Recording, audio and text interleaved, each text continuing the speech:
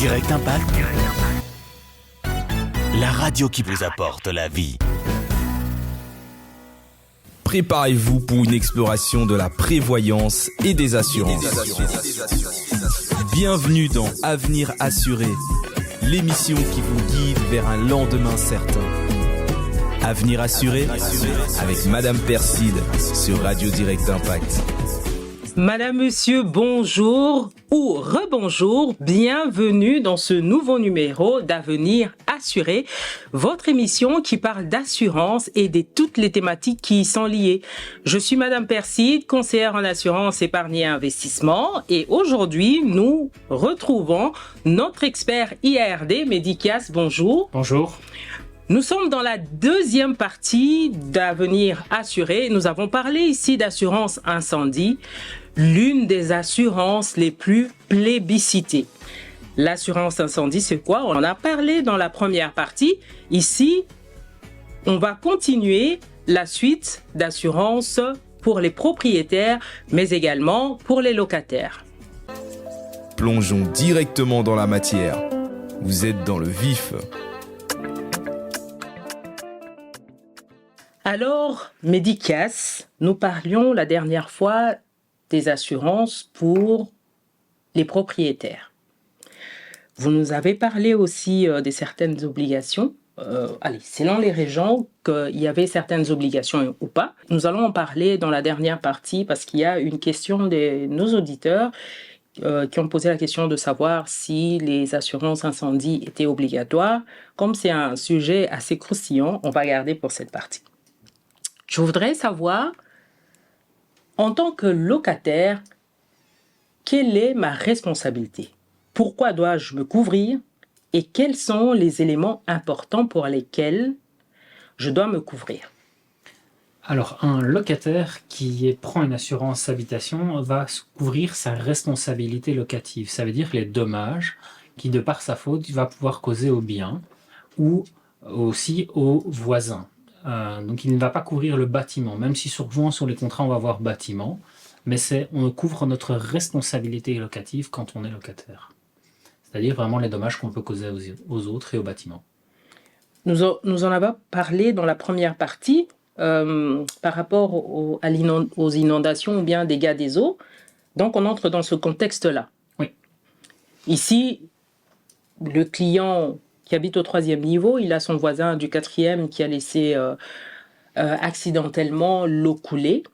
C'est son assureur qui va intervenir pour le client du 3e. C'est dans ce cadre-là que ça. C'est dans ce cadre-là, oui. Le locataire doit également couvrir son contenu. C'est pas une obligation, mais c'est toujours mieux, oui. Comme on en a parlé dans la première partie, donc le contenu, la protection juridique, la RC familiale, mais également on a parlé je vais trouver mes notes, Monsieur Mehdi, vous pouvez... Le vol. Le vol, voilà, le vol. Oui, donc ça, ce sont toutes les garanties qu'il peut prendre dans le cadre de son contrat habitation. La RC familiale, toujours, comme je vous l'ai dit, c'est un contrat qu'on va prendre à part, mais qui est aussi souvent mis dans un package. Il ne fait pas partie du contrat habitation, mais voilà, ce sont exactement ça. Donc sa responsabilité locative, le contenu, on peut le couvrir que en cas de sinistre, dégâts incendie, eau, mais aussi en cas de vol. Donc on va se couvrir en cas de vol, protection juridique, tout à fait. Revenons pour le propriétaire, parce qu'il y a une question qui me vient à l'esprit. On voit l'abandon de recours. Ouais. Parfois, on va avoir ce terme dans les contrats. Qu'est-ce que ça veut dire en français facile et qu'est-ce que ça couvre également? L'abandon de recours, c'est quelque chose qui va être pris par le propriétaire pour son bien qui est donné en location. Ça va faire en sorte que sa compagnie d'assurance ne puisse pas se retourner et donc attaquer le locataire en cas de sinistre causé par le locataire. Ça veut dire que ça va protéger le locataire et le propriétaire. Le propriétaire est sûr et certain que son bien est bien assuré, sa maison est bien assurée. Et le locataire, lui, doit à ce moment-là se couvrir exclusivement pour son contenu et sa responsabilité par rapport aux voisins. Ça veut dire qu'il n'aura pas du tout à couvrir sa responsabilité locative. Donc ici, si mon propriétaire a l'abandon de recours, Oui. Moi, en tant que locataire, je peux ou ne pas souscrire à une assurance incendie. Alors, vous n'êtes pas d'obligé. Il n'y a plus d'obligation parce que le bâtiment va être en soi couvert. Mais n'oublions pas que votre responsabilité par rapport à vos voisins ne sera pas comprise là-dedans et votre contenu ne sera pas couvert. Et donc, vous pourriez avoir un problème aussi. Imaginons un sinistre dans votre appartement. Votre contenu ne sera pas couvert si vous n'avez pas d'assurance. Le bâtiment, lui, va être indemnisé par l'assurance du propriétaire, donc l'appartement sera remis en état, mais par contre, votre contenu ne sera pas couvert. De même, si on prend l'exemple du bain, vous me disiez, voilà, je crée une inondation, j'ai pas d'assurance parce que mon propriétaire a un abandon de recours, ça va détruire la télévision de mon voisin d'en dessous, il n'y a pas d'assurance, donc à ce moment-là, c'est à vous de payer, il n'y aura pas d'indemnisation de la part de votre compagnie d'assurance vu qu'il n'y a pas de contrat. Chers propriétaires, réalisez vos contrats d'assurance. S'il y a abandon de recours quelque part et que vous vivez dans la maison, cette protection n'a pas lieu d'être dans votre contrat. Vous êtes bien d'accord avec moi, monsieur? Bien d'accord, mais je vais aussi donner un conseil aux propriétaires et aux locataires. J'ai des locataires qui me demandent de ne pas s'assurer. Ils disent, mon propriétaire a assuré le bâtiment. Mais dans le bail de location, il n'y a pas stipulé qu'il y ait un abandon de recours. Ça veut dire que le propriétaire assure son bâtiment, mais ne s'assure pas contre l'abandon de recours. Si vous voulez ne pas être assuré, vérifiez que dans votre bail, il est bien écrit que votre propriétaire a mis un abandon de recours en place. Et à ce moment-là, vous êtes sûr que le bâtiment est couvert. Je vais faire un récapitulatif. Je suis propriétaire, j'habite dans l'immeuble. On va parler ici d'un immeuble d'appartement. Je suis couvert, j'ai couvert mon bâtiment. J'ai également rajouté l'option abandon de recours. En tant que locataire, je suis locataire, je sais que mon propriétaire a l'abandon de recours. Moi, j'ai toutes les protections dont on a cité ici, donc le vol, la responsabilité civile, la responsabilité familiale, la protection juridique et également le contenu. Je suis, on va dire, assez bien couvert. Si vous les avez à côté. Hein. Oui, à côté. Oui. Donc, d'une part... Donc le propriétaire a souscrit le contrat avec l'abandon de recours et vous avez souscrit à côté une assurance pour votre contenu, RC familial, et les autres protections dont vous avez citées. Et à ce moment-là, oui, vous êtes bien couvert. Nous allons également parler de prix, des montants de primes, on va dire. Y a-t-il une influence par rapport aux régions ou bien aux zones? Parce que, de mémoire, on sait parfois qu'il y a, si la zone est inondable, ça va peut-être coûter un peu plus cher. Si c'est une maison à 4 façades, chers auditeurs, peut-être qu'on vous a posé la question ou pas, si votre maison avait 2 façades, 4 façades et tout. Quels sont les éléments, de 1, qui déterminent la prime mensuelle d'une assurance? Et aussi, sont-elles déterminées par rapport aux régions? Parce que dans certaines assurances, ça va être les régions qui vont également déterminer, ou ce sont simplement les éléments, si c'est un appartement, si c'est une maison, si on est au rez-de-chaussée ou au 4e niveau, quels sont les éléments qui vont à la fin déterminer le montant de la prime? Alors, il y a plusieurs choses qui déterminent le montant de la prime. Un, c'est déjà propriétaire-locataire. La prime ne sera pas la même puisqu'on ne couvre pas la même chose. D'un côté, on couvre le bâtiment, de l'autre côté, votre responsabilité locative. Si on descend d'un étage, est-ce que c'est une maison ou un appartement? Ce sont aussi 2 choses qui vont influencer la prime. L'appartement, la maison, est-ce que c'est une 2 façades, 4 façades, 3 façades? Ça influence la prime aussi.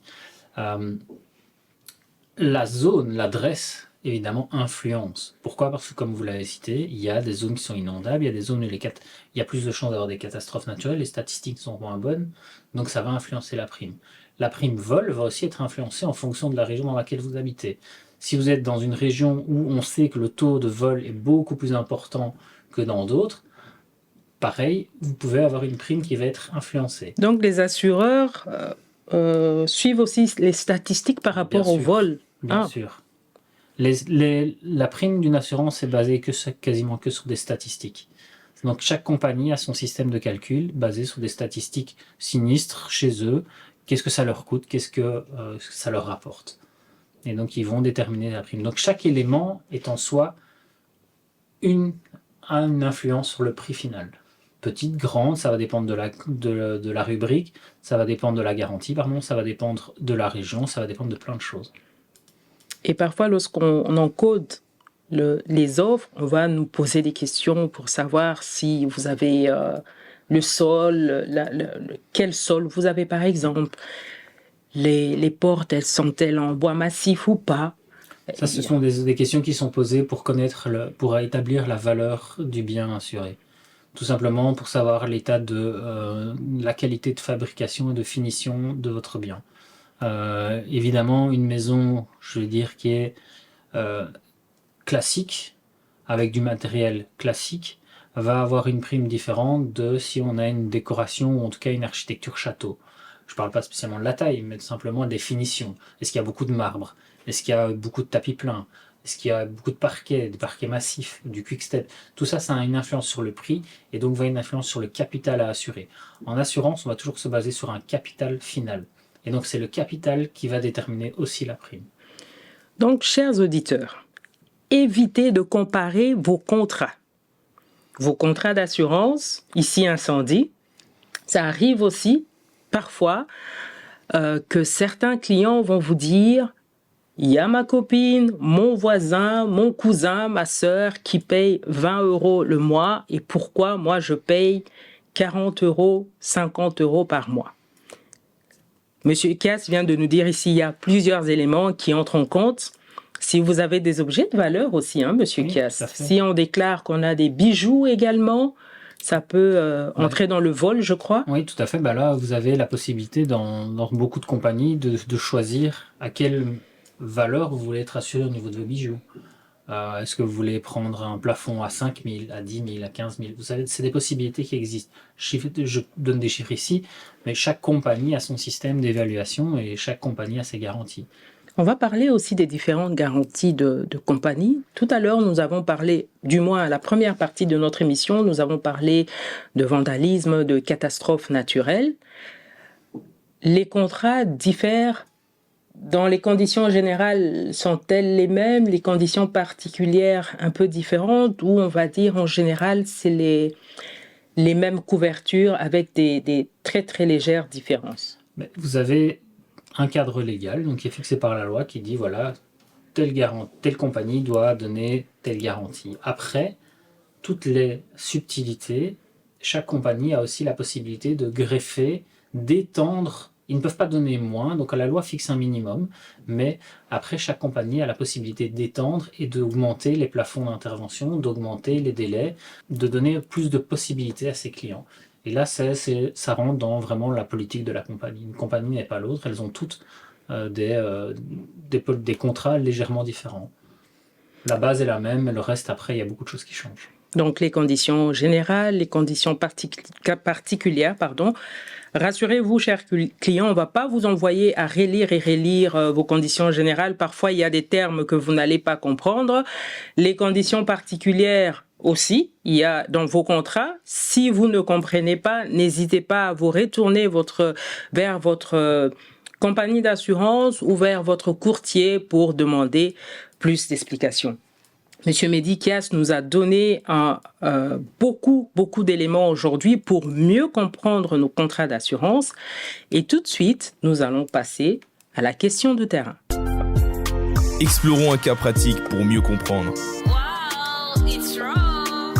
C'est la question de terrain. Mehdi Kias, le sujet est vaste. Aujourd'hui, nous n'allons pas prendre un cas, nous allons prendre 3. On va essayer vraiment de rester dans le timing, mais que nos éditeurs puissent avoir le plus d'éléments possible. Simplement, lorsque j'ai commencé à préparer cette émission, j'ai pensé aux inondations de Liège directement. En voyant tout ce qui s'est passé, je me suis dit, j'espère au moins qu'ils sont assurés. Comment est-ce que les compagnies ou l'État, je ne sais même pas si l'État intervient dans des cas de catastrophes naturelles. Dites-nous, Monsieur Kias, comment, dans ce cas, ça se passe? De manière longue. Donc en fait, il faut être assuré. Si vous êtes assuré, vous devez vous retourner vers votre courtier qui va normalement vous aider. J'ai des collègues dans la zone qui étaient avec les bots sur le terrain et qui aidaient les gens à tout simplement à pouvoir faire le nécessaire afin d'être indemnisés. Parce que c'est principalement les compagnies d'assurance qui vont payer les sinistres. On parle également des réassureurs. Ça veut dire ici pour chers clients, c'est les compagnies d'assurance elles-mêmes sont assurées. Dans ce cas, les réassureurs n'interviennent pas, même si l'ampleur est tellement étendue, vaste. Le réassureur va couvrir la compagnie d'assurance, jamais le client sur le terrain. Ça veut dire il va quand même injecter de l'argent dans ce cas-là. Si nécessaire, il couvrira, mais a priori, les compagnies d'assurance ici en Belgique ont les reins assez solides. En tout cas, beaucoup ont les reins solides pour payer ce genre de somme, même si ça fait des très très grosses sommes, et qui risque aussi d'impliquer que les primes dans ces régions-là vont légèrement augmenter dans le futur. C'est une possibilité. Et une personne qui est dans ce cas-là, il y a l'inondation qui arrive, les premiers réflexes. Bon, c'est vrai qu'on va d'abord faire face, sécuriser sa vie. Par rapport aux compagnies d'assurance, à quoi devrais-je penser en premier lieu dès qu'il arrive Dans un cas d'inondation comme on a vu à Liège, c'est une fois que l'eau est redescendue, c'est de commencer à trier, essayer de nettoyer et faire un maximum de photos. Max de photos de tout ce qui était abîmé. Pourquoi ? Parce que la compagnie, elle, va devoir indemniser, se baser sur des montants et envoyer des experts qui vont devoir déterminer le montant à rembourser au client. Il faut pouvoir que l'expert puisse voir ce qui a été abîmé. Beaucoup de choses, on ne peut pas les garder, ou les expertises ont mis longtemps à arriver parce qu'ils étaient aussi débordés. Et donc, c'est de pouvoir avoir un maximum de preuves de ce qu'on a perdu, de façon à pouvoir déterminer quel est le montant qu'on allait recevoir de la compagnie, en tenant compte des plafonds de chaque contrat. Vous avez dit un élément ici que les compagnies étaient débordées. Dans les délais d'intervention, on va comprendre aussi que ça va être aussi long, parce qu'il n'y a pas assez de personnel, d'experts aussi pour ces cas, pour aller partout où il y a eu des problèmes. Donc, dans ce cas, on ne va pas non plus jeter la pierre sur la compagnie ou les différentes compagnies, puisque c'est beaucoup de travail. Il y a des gens, ce n'est pas des machines, c'est des humains qui sont derrière, qui doivent déterminer tout ce qui est perdu et les montants également à indemniser. Ouais, ça a été un travail de longue haleine. Alors, mais moi, comme je vous dis, je n'ai pas de clients dans la région, mais ça a été un travail de très longue haleine pour mes collègues. Et oui, ça prend beaucoup de temps de servir tout le monde, et puis aussi de déterminer les montants, de faire les paiements. Une fois que les montants sont déterminés, en général, faire le paiement, c'est ce qui est le plus rapide, je dirais. C'est qu'une fois qu'on est arrivé sur un montant et que tout le monde est d'accord, faire le virement, ça va assez vite. Mais c'est pour en arriver là que ça a pris beaucoup de temps. Et aujourd'hui, avez-vous des informations de savoir s'il y a des personnes qui ne sont pas encore indemnisées ou... J'ai pas d'informations à titre personnel, mais je pense que c'est possible qu'il y ait encore des personnes qui ne le soient pas. Donc, courage à nos amis de Liège. Le deuxième cas, il s'agit ici d'une dame qui est propriétaire dans un immeuble d'appartement. Okay. L'enfant a oublié l'huile au feu, simplement, et ça a pris dans toute la cuisine. L'immeuble est syndiqué. Okay. J'ai appris qu'il y avait une assurance. Vous en avez parlé aussi tout à l'heure, disons dans la première partie, pour dire qu'en général, il y a aussi des assurances multipropriétaires pour police globale. Dans ce cas, sachant que la cliente, la dame elle-même, n'avait pas l'assurance incendie propre, comment est-ce qu'on va intervenir ? Alors, le syndic, lui, va prendre une assurance pour une police globale pour l'entièreté du bâtiment et dont les murs à l'intérieur. Ça veut dire que cette dame va être indemnisée pour l'intérieur de son appartement et tout ce qui est son contenu, donc tout ce qui lui appartient vraiment plus qu'à elle, donc vraiment le contenu, il faut qu'elle soit couverte dans un contrat à part. Si ce n'était pas le cas, elle ne sera pas indemnisée. La cuisine les appareils électroménagers n'étaient pas Intégrés. intégrés. Ils sont considérés comme du contenu et donc pas couverts par la police globale. Donc, chers auditeurs, comme j'ai dit tout à l'heure, lisez, rélisez vos contrats. N'hésitez pas à demander des offres de 2 ou 3 compagnies. Les courtiers sont là. C'est pour ça qu'aujourd'hui, on parle des courtiers. Pourquoi? Parce que le courtier travaille avec 2, 3 compagnies. Le courtier va pouvoir faire plusieurs offres et vous allez avoir le choix. Je vais aller dans la tautologie. Vous allez avoir le choix de choisir l'assurance qui va vous correspondre. En tout cas, du moins, les besoins dont vous avez et surtout le conseil du courtier qui va pouvoir couvrir via le contrat d'assurance votre bien. Mehdi, nous avons un 3e cas. C'est le cas d'une dame qui a une maison, 3 façades, qui n'est pas propriétaire. Le ballon d'air chaude, d'eau chaude, était installé dans la cave et le ballon a simplement explosé. Donc il y a dégâts des eaux également. La cave est inondée. Tout ce qu'il y avait comme provision est perdu. Il n'y a plus d'électricité. Ils ont été amenés, je pense que l'assureur a pris l'hôtel pour la famille parce qu'il commence déjà à faire froid. Dans ce cas, comment est-ce que ça se passe en termes d'indemnisation? Ici, c'est le ballon d'eau chaude, c'est quelque chose qui est intégré à la maison. Donc là, la première chose, c'est de voir si le bâtiment est couvert par le propriétaire. Si le bâtiment est couvert par le propriétaire, c'est l'assurance du bâtiment qui va indemniser en grande partie la dame. La question de savoir, c'est de savoir si madame est couverte. Elle est couverte. Pour son contenu. En tout cas, ici, elle est couverte. Les détails, je ne sais pas. Donc, a priori, de toute façon, elle sera couverte et va être indemnisée par les différentes assurances. Ouais.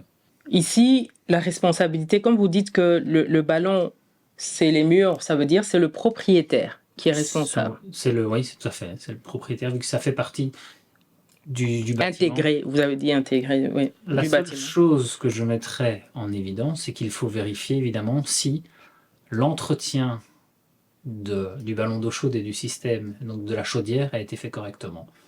Il faut savoir qu'en tant que locataire, vous êtes responsable de l'entretien du bâtiment. Vous n'êtes pas responsable du bâtiment, donc c'est votre propriétaire.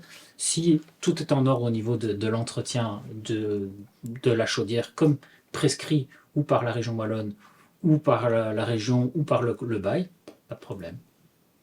Et si elle n'a pas fait d'entretien, c'est sa responsabilité? Pas du tout, pas spécialement, mais ça pourrait. On pourrait le déterminer, si ça dépend, si ça fait 10 ans que madame habite dans la maison et que ça fait 10 ans qu'elle n'a pas fait l'entretien, on pourra mettre ça sur un défaut d'entretien, et donc ça pourrait devenir sa responsabilité.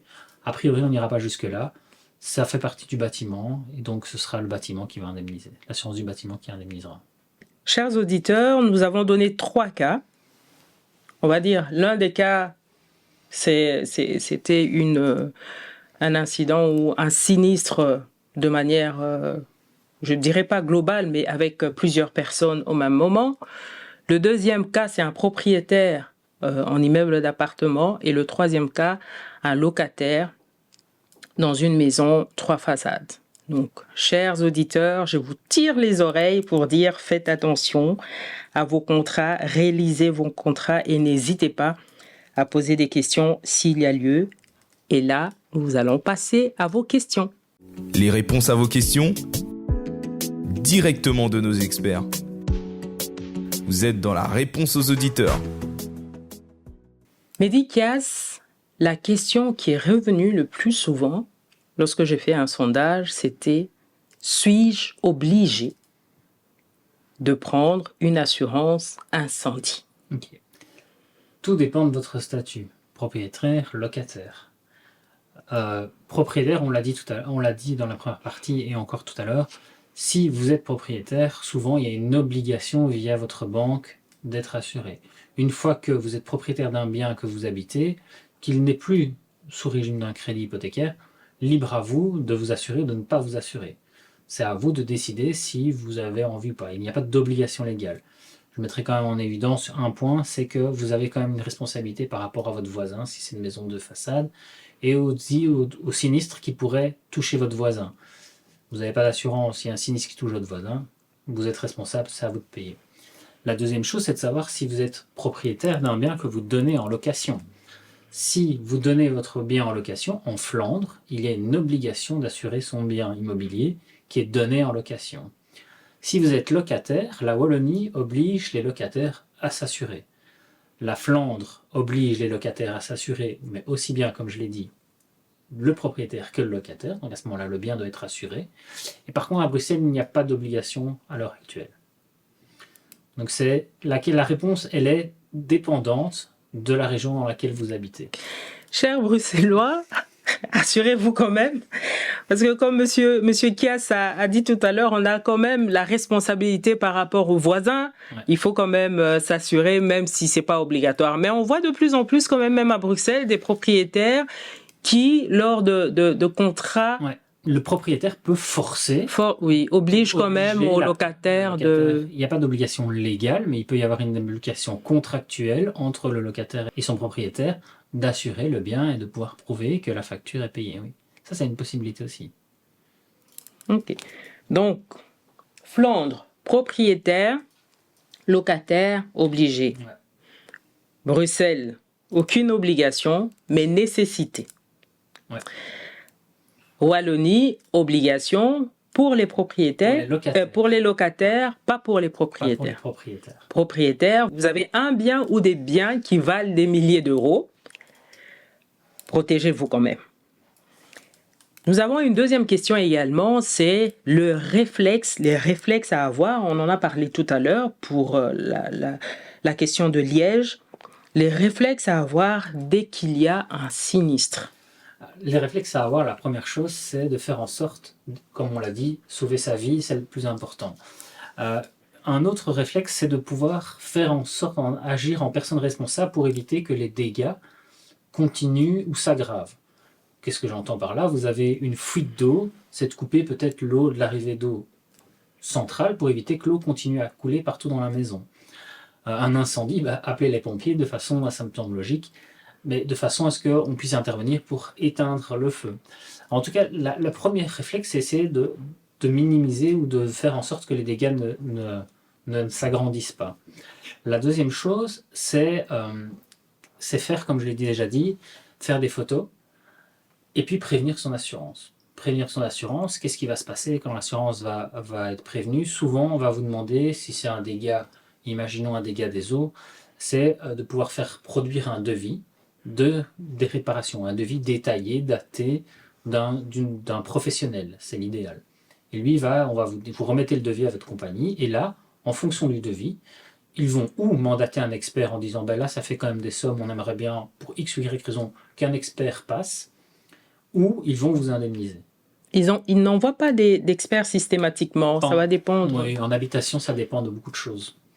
Donc ils vont, ça dépend un peu du sinistre, ça dépend un peu de ce que c'est, ça dépend du montant que vous demandez. Si vous demandez 150 000 euros, bien sûr qu'ils enverront un expert, mais si vous demandez 1500 euros parce qu'il y a une petite inondation et que vous voulez refaire le plafonnage, beaucoup de chances qu'avec quelques photos et le devis, ils vont payer si c'est un sinistre couvert. Le client lui-même peut faire appel à un expert ou pas du tout, il faudrait attendre l'expert de la compagnie?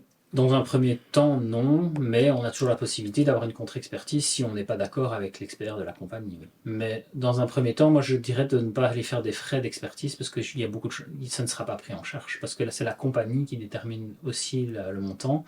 Maintenant, il y a de plus en plus de choses qui sont mises en place par les compagnies pour accélérer ces processus d'indemnisation et pour aller le plus vite possible. C'est-à-dire qu'ils vont faire des vidéos expertises, vous allez remettre un devis et ils vont vous proposer de l'argent directement en fonction de ce que vous avez détaillé, ou certaines compagnies ont des corps de métier avec qui ils travaillent, ils vont vous proposer d'envoyer des corps de métier à eux.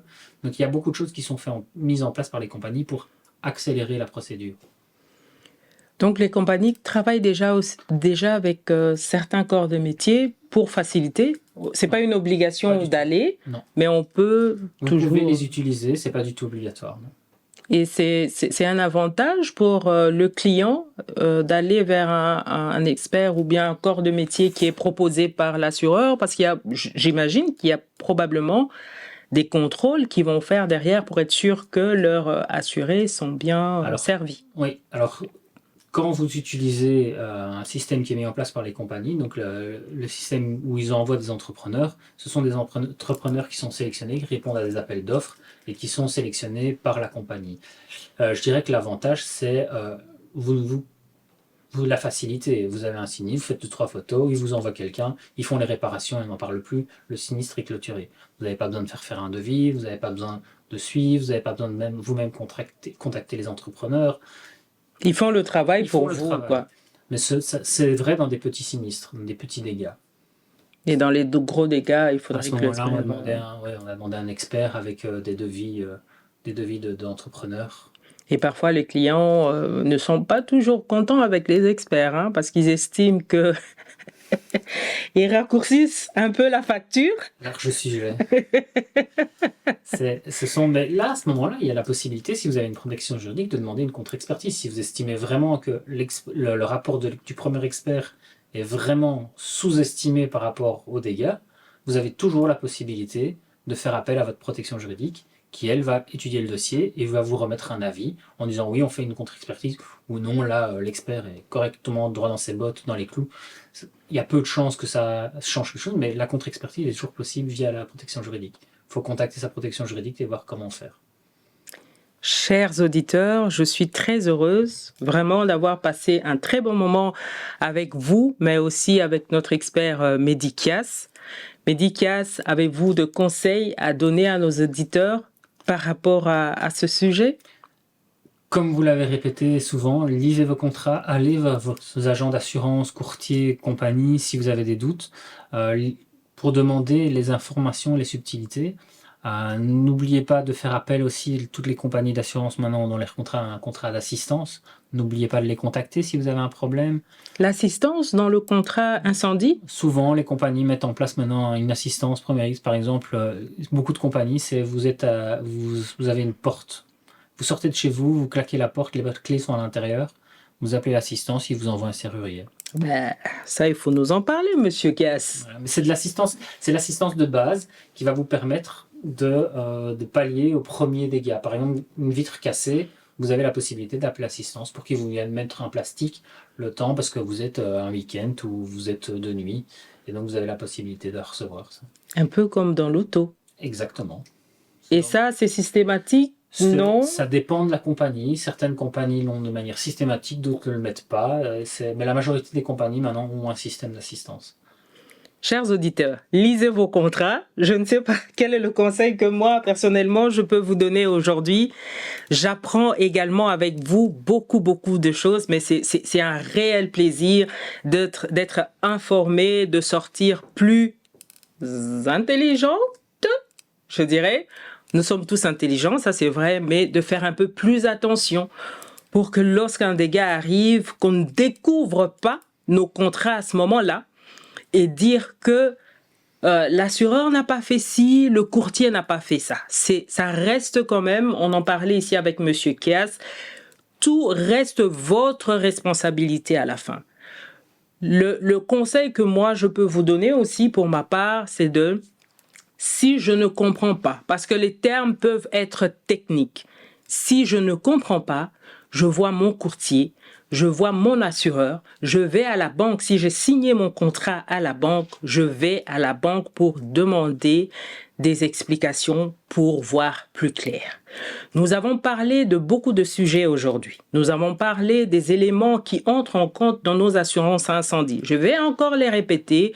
Le vol, le contenu, la RC familiale, la protection juridique, tout ça, nous allons revenir, Monsieur Kia, sur ces différentes thématiques parce que c'est des thématiques assez vastes. Mais vous avez une idée générale de ça. Lisez vos contrats. Ici, on vous a donné cette connaissance sur les approches en général. Mais lisez vos contrats. On se retrouve dans un prochain numéro avec un sujet encore intéressant comme on l'a eu dans ces deux parties. Je suis très heureuse de pouvoir partager ça. C'était au micro, Madame Perside. Merci Medikias. Franchement, je suis tellement heureuse de t'avoir aujourd'hui sur ce plateau et d'apprendre tellement de tout ça. On se retrouve lundi prochain à la même heure. À bientôt. C'est tout pour aujourd'hui dans Avenir assuré. N'oubliez pas, l'avenir est entre vos mains. Retrouvez bientôt Madame Perside pour plus d'aventures sur Radio Direct Impact.